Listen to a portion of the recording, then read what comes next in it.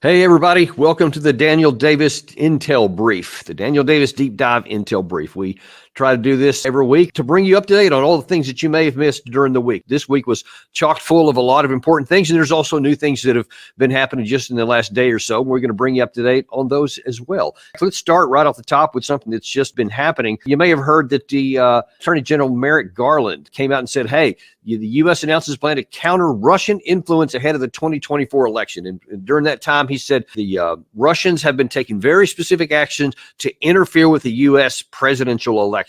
And, you know, and a lot of people are going, oh, my gosh, again, those darn Russians, they're always coming after us, and it's just terrible. Well, so John Kirby was on television this week, today, I think as it was, or I'm sorry, it was on Friday, and he was saying, here's what's been going on. And he was asked by the anchor, okay, well, Garland said there was some specific things that the Russians are doing. So kind of give us a flavor for what they're trying to get done, actually. Watch how this engagement went.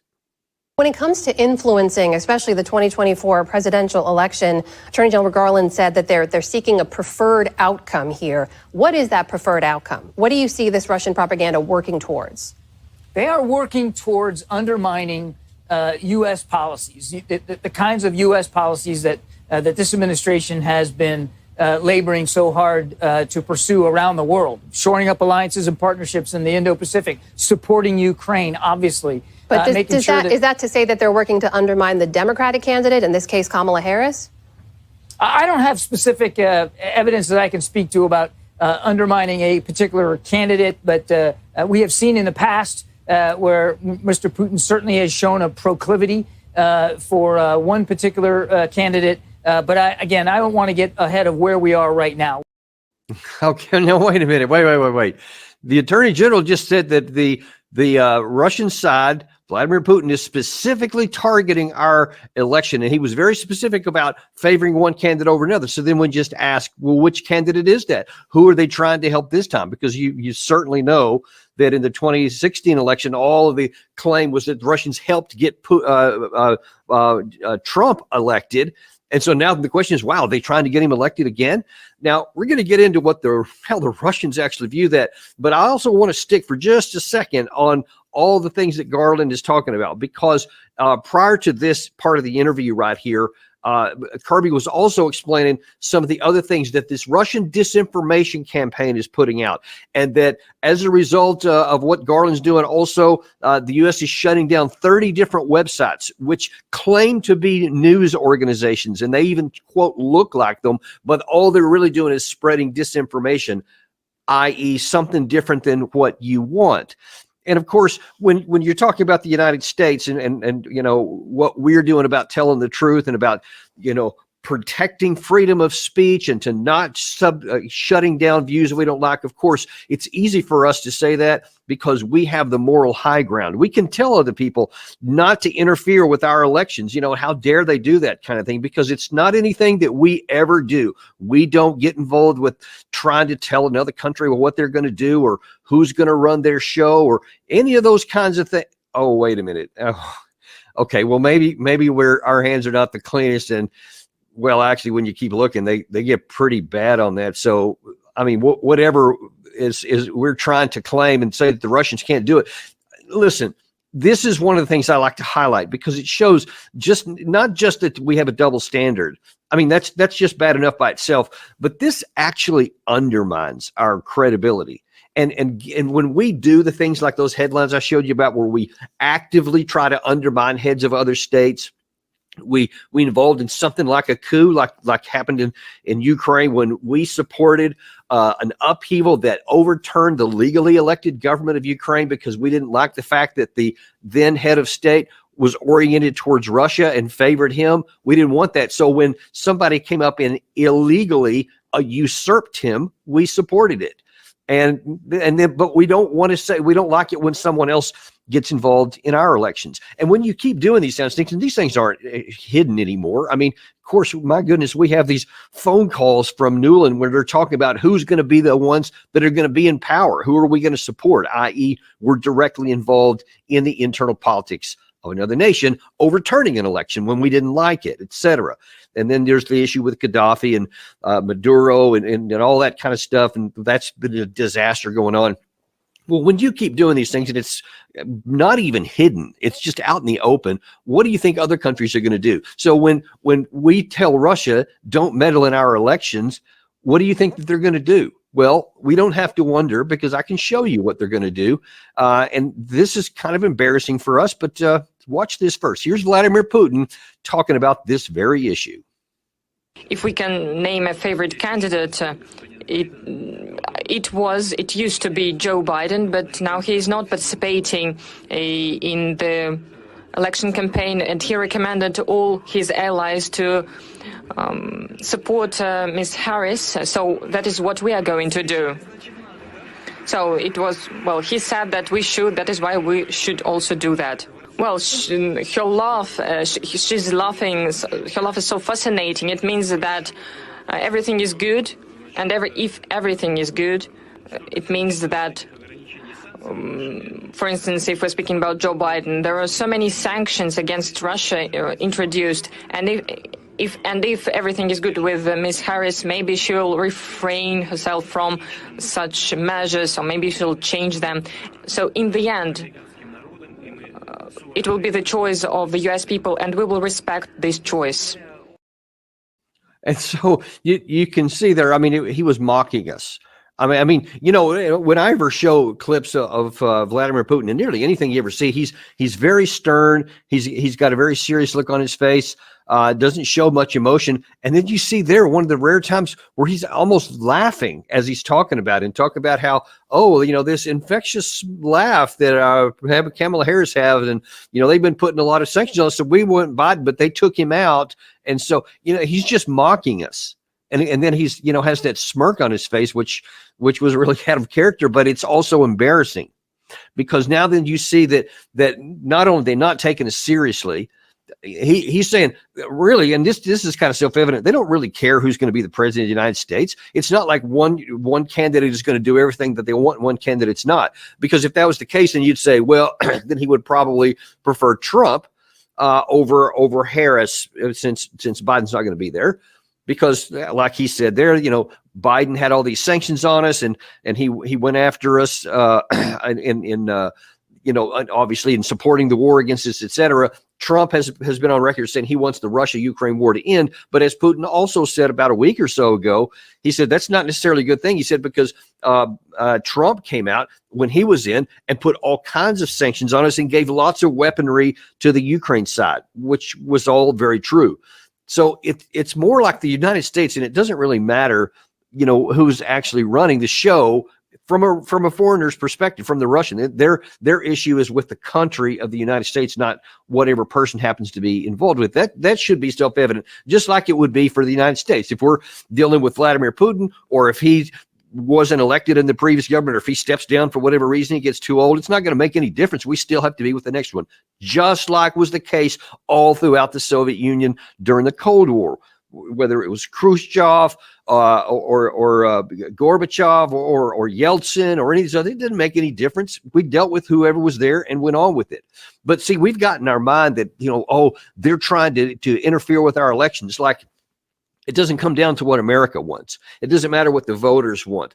They'll secretly be convinced to take one person over another based on what Vladimir Putin wants. I mean, that's insulting to America. Let me just flat out tell you, this whole nonsense about the 2016 with all the bot farms and all this kind of stuff, it's an insult to the Americans. That we're so stupid that one guy in another country is going to slant our election here, even though the internet is flooded, absolutely swamped with everybody and their cousin trying to tell you who to vote for. But you think that one little piece from this one country, which by all accounts was a sliver of the total number of social media platform effects and messages and all that kind of stuff, just a sliver of the total amount that was flooding onto your social media accounts.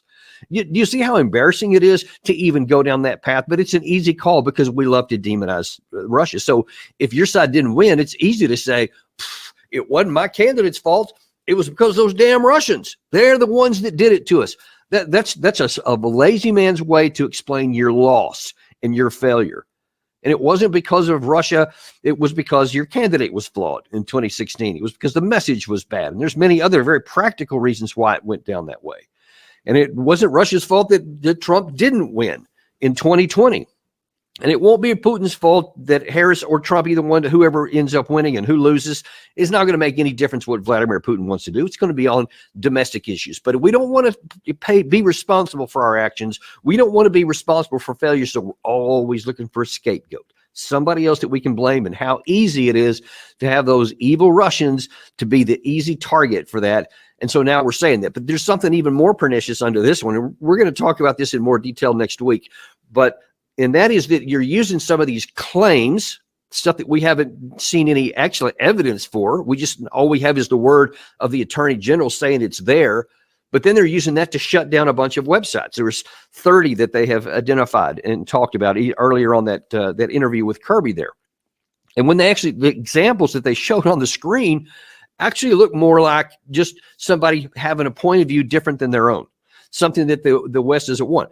By that definition, we may have to worry about here Daniel Davis deep dive, because I'm not saying something that Kirby likes to hear. I'm telling you the truth. And what they're saying is basically anything that is, quote, pro-Russian or not positive for Ukraine is misinformation and something that needs to be shut down. But what if it's just the truth? What if it's simply a reflection of what is happening on the ground? Which is, of course, the case with our show here. But the reality and the truth on the ground is very much opposed very often to what the administration is saying. More on that in a minute. Okay, let's shift on now. We had Ambassador Chaz Freeman on earlier this week, along with Lyle Goldstein from Defense Priorities. And I want to show you a piece of the show from Ambassador Freeman, because what he said is something very important. We were talking about a CNAS, that's the Center for New American Security think tank, very much pro-war group that came out, and they said that, hey, they think that we need a new doctrine in our national security. So instead of trying to figure out just how we would fight a war, we need to have something specifically that looks at how we would escalate from conventional war to nuclear war and manage that well. Not whether that we shouldn't go into nuclear war and we should avoid it literally at all cost, but that how we should be able to manage it so that we might basically have a chance to win. Here's how that went. They did some analysis on what would happen if the U.S. got into a war with China over whatever reason, and the war went beyond 45 days. Mr. Ambassador, you said a minute ago that the United States needs to start worrying about how to have diplomacy and nuclear limitation agreements. Again, get that back on the front burner. This CNAS thing is basically arguing the opposite direction. We need to start spending more time figuring out how we can manage the escalation and possibly win a nuclear war. What do you think about that? I think threat management, threat reduction is a lot better than threat activation, which is what they're talking about. And I think they're nuts. I think we're talking about striking a war in the Chinese homeland. And the idea that somehow this could be a limited war, like the Korean War, the Vietnam War, or for that matter, up to now, the Ukraine War, is just crazy. If you hit the homeland of your nuclear armed enemy, you can be damn sure you're going to be hit back. So there is no distinction between tactical and strategic nuclear weapons in this theater. And to imagine there is insane. Now, one of the things she was talking about there was there is some suggestion that the United States could hit certain targets on the Chinese mainland and that the response would stay in the theater. And what Ambassador Freeman went on to elaborate a little bit more was that the Chinese are going to do tit for tat. So if you strike the Chinese mainland, you can be sure that the U.S. mainland will be hit somewhere, American territory. So we think that the war will be contained to the Indo-Pacific, something like the Korean War or the Vietnam War, that it'll be fought over there, or even World Wars I or II, which would, in the European theaters, which would be contained over there. They never came to our soil. He is telling you point blank, do not fall for that foolish, arrogant notion. This is not 1968. It's not 1953. It's not 1917. It's not 1945 anymore. We are facing a situation where that could be the case in the Russia-Ukraine war, by the way. We haven't seen too much of the response right there, leading to this belief that there never will be, that we can literally do anything there when there will never be a response there or anywhere else. And there are very practical, predictable reasons why Russia hasn't done any of these things beyond the scope of the Ukraine theater so far. But there is potential, if not likelihood, that if we go in certain other directions beyond that, if we keep literally thinking that there are no red lines and nothing will ever change, and so we keep escalating our actions closer and closer into the Russian mainland, we may well find out that there are limitations and that there are reactions coming from the Russian side. We'll have to wait and see how that goes, but it makes us, we better behoove ourselves to listen to these warnings from Ambassador Chaz Freeman, who has lived decades of service to the United States and truly understands how the Chinese think better than most Americans do. Listen to what this man says. Next one, we have Larry Johnson, and he was talking about kind of another problem that we have in that we think kind of two-dimensionally, and especially when it comes to the Russians, we think just kind of like caricatures. The evil Russians, the evil Putin, et cetera. So they're not people. They don't have histories. They don't have, things that you can understand and see. And, there's certainly no good side. It's just all bad. And so it's real easy to just have this caricature of Russia and then not think about anything or don't understand their culture and their history, et cetera, and how that may impact what they do or what they don't do based on some actions that we may take. And Larry wanted to point out that, they do have a history, and you better pay attention to that too if you want to have a good outcome. Here's how that went. One of the key differences that's separating Russians from Americans is even today, the Russians still live with the memory of the Great Patriotic War, because between killed and wounded, about 36 out of every 100 Russians suffered. They were either killed or wounded.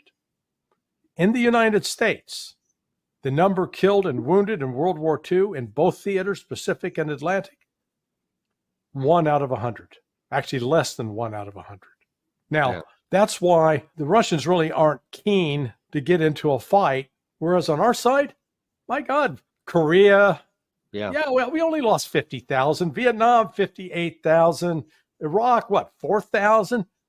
That is chump change.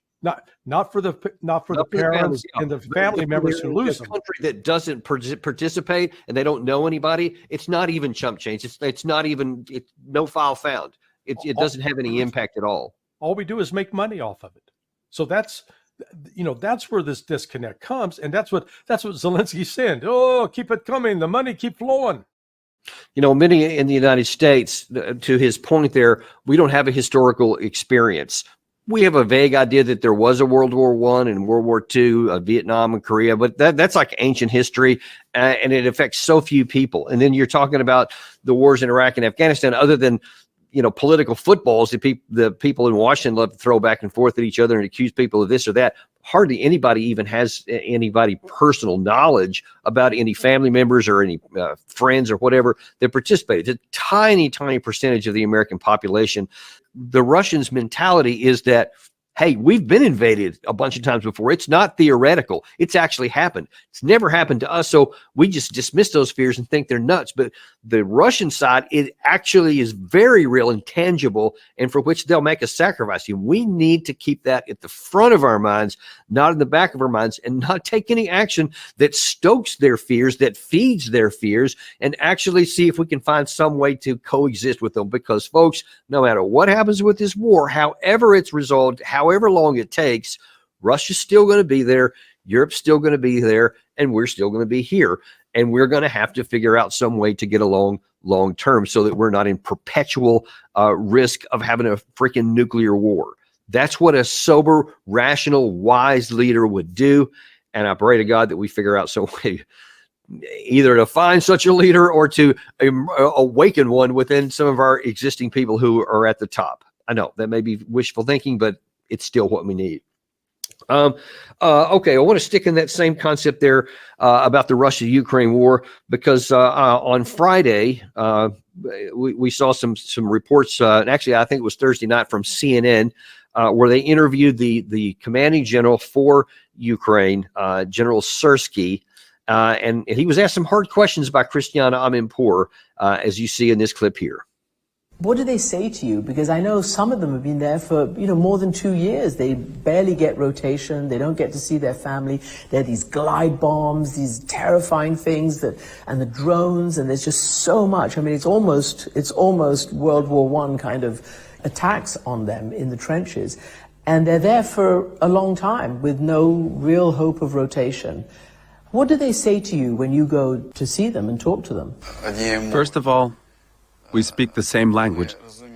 You know that I have been in this war since 2014.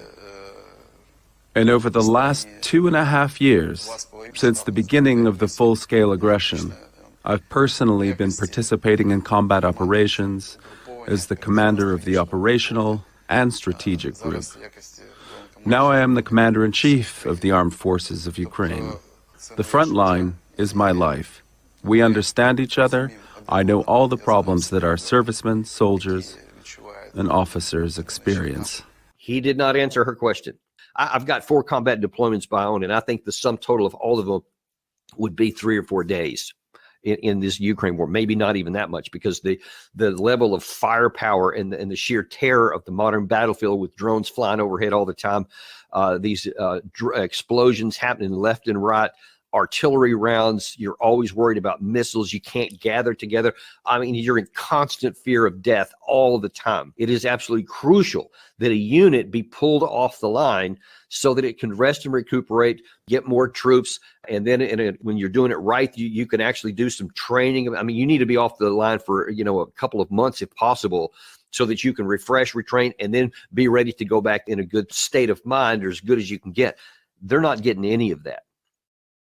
And in fact, they're just getting pressed and thinned out everywhere along the line. They're having trouble recruiting people. The Russian side is not having trouble in any of those areas. And listen, it was, as I've pointed out there yesterday, Sersky didn't even answer the question about, what do you do with these rotations of people? They're also, in that same interview, was talking about that there are up to 19,000 men who are being brought up on charges for desertion. That's a huge number. And those are the ones that have been caught and at least brought up. Who knows how many the total there may be. But Ukraine side just is running out of men, and they're just not going to have enough. They over the last several days, actually, in the last 24 to 48 hours, have actually stiffened up in a couple of places, even in the Pokrovsk area. I saw some reports overnight, but even that is just temporary, and it's not anything that they can sustain. They can slow the pace down for a while in some areas, but then they have to pull from one place to get to another. And every time you pull them from one place, that weakens it here, and then the Russians start pushing harder, and you just don't have enough fingers to plug the holes in this dike. And at some point, it's going to be washed over them. And as I say every time, then I will continue to say every time that there's an opportunity, the United States should do everything in its power to bring this war to a rational end, and that means a negotiated settlement, which we talk about a lot.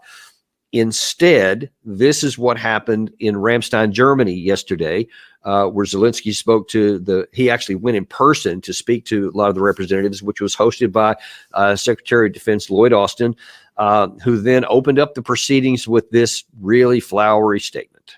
Ladies and gentlemen, let's not kid ourselves. Putin will not stop at Ukraine. But as President Biden has said, Ukraine can stop Putin if we stand with Ukraine and provide the weapons that it needs to defend itself.